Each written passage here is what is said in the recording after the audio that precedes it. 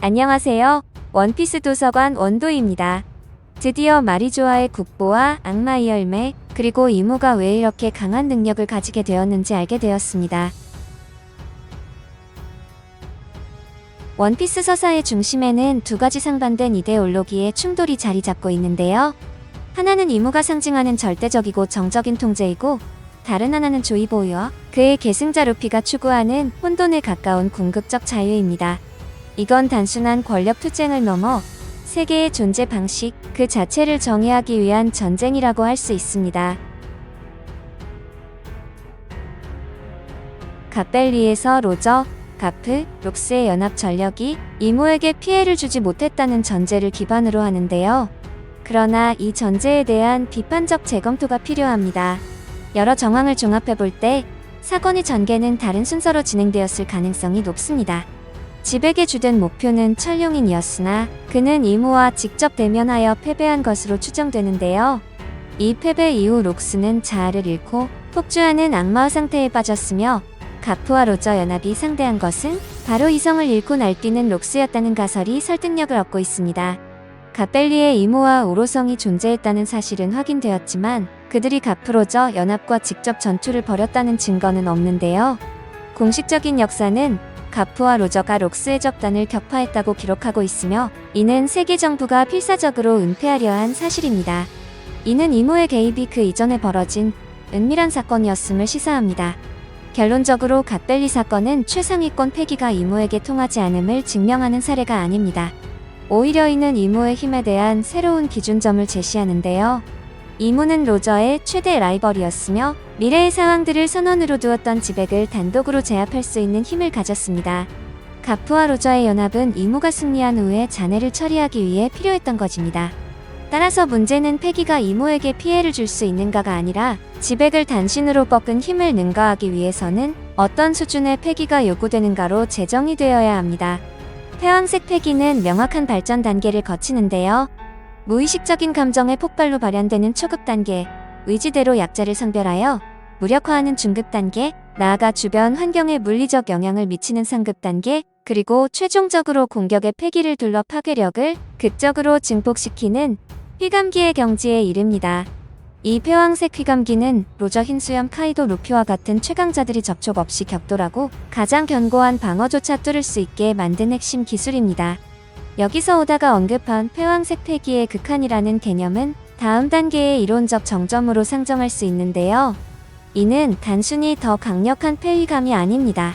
게다가 뒤에 일족이 사용하는 패왕색 패기가 더 높은 순도와 고점이 높다는 개념이 등장하기 시작했고, 뒤의 의지는 오다 작가가 추구하고 있는 개념이 중요하다는 것이고, 이것은 자유를 추구하며 새벽을 가져오려는 개념과 지배를 통해 절대적인 왕권을 추구하는 개념 사이에는 명확한 차이점이 존재합니다.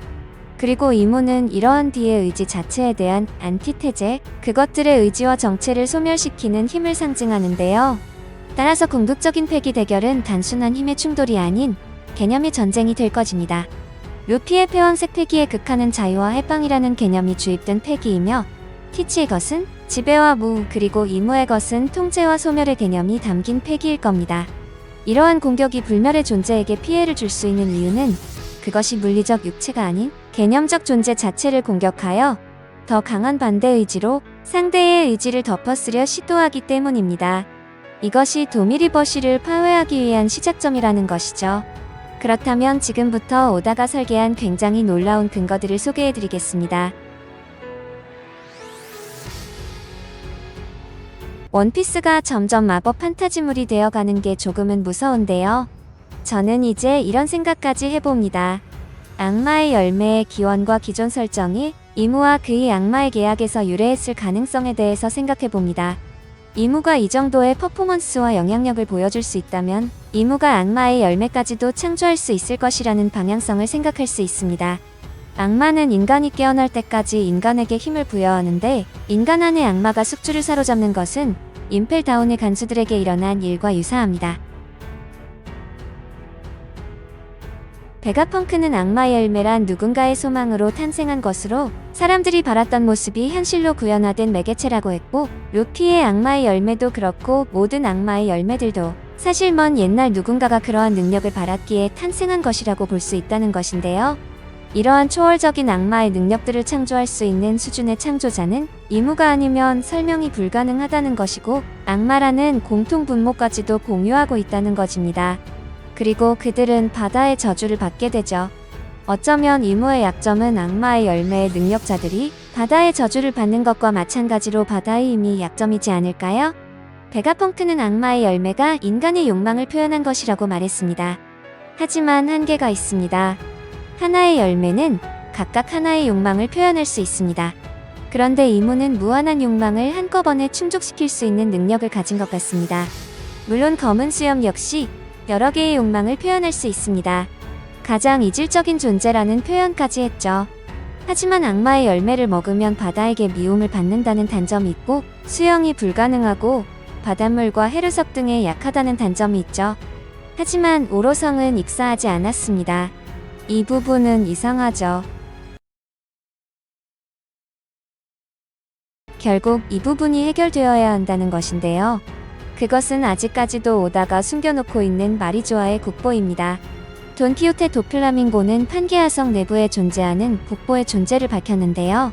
이 국보는 수술수술 열매의 불로수술과 결합될 때 회계를 지배할 힘을 준다고 언급되었습니다. 판게아성 자체는 이무가 비닐리에 차지하고 있는 권력의 상징, 허이옥자를 품고 있습니다. 이 국보의 정체에 대한 가장 유력한 이론은 태양의 나무 이브인데요. 이 거대한 나무의 뿌리는 1만 미터 아래 어인섬의 빛을 공급하므로 그 본체는 레드라인 정상, 마리조아의 위치와 정확히 일치합니다. 이 나무는 모든 악마의 열매가 처음 열리는 기원이라는 이론이 존재하는데요. 만약 마리조아가 악마의 열매의 근원을 품고 있다면 악마적인 변신 능력을 보여주는 이무와 오로성의 힘은 이 근원으로부터 직접 공급받고 있을 가능성이 매우 높습니다.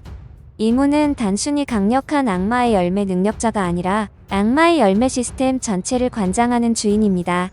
그의 불멸성과 힘은 이 근원으로부터 지속적으로 흘러나오는 에너지일 수 있는데요. 수술수술 열매의 불로수술이 이 근원과 접속하거나 제어하기 위해 필요한 절차일 수 있으며, 이는 그 열매의 중요성을 설명해 줍니다. 악마의 열매라는 개념이 원피스 시작부터 지금까지 원피스를 상징하는 근본과도 같기 때문이죠. 그렇기 때문에 마리조아를 파괴하는 것은 성을 무너뜨리는 행위를 넘어 악마의 열매라는 개념 자체를 그 근원에서부터 공격하는 것입니다. 이무가 오로성에게 영향력을 행사하는 것들을 보면 뭔가 능력을 하사하는 느낌이 강한 것 역시 자신이 악마의 열매의 핵심 능력들을 전이시킬 수 있는 것이 아닐까요? 그리고 오다의 설계로 보이는 장면이 있죠. 이무의 도미리버시에 제어당한 녹스를 상대한 로저와 가프는 비능력자라는 것입니다. 결국 악마의 열매의 주인인 절대악 이무는 비능력자들의 의지에 의해 무너진다는 뜻으로 생각하는데요. 여러분들은 어떻게 생각하시나요? 여기까지 시청해 주신 분들 너무 감사합니다. 재미없게 보셨거나 재미있게 보셨다면 구독, 좋아요 부탁드립니다.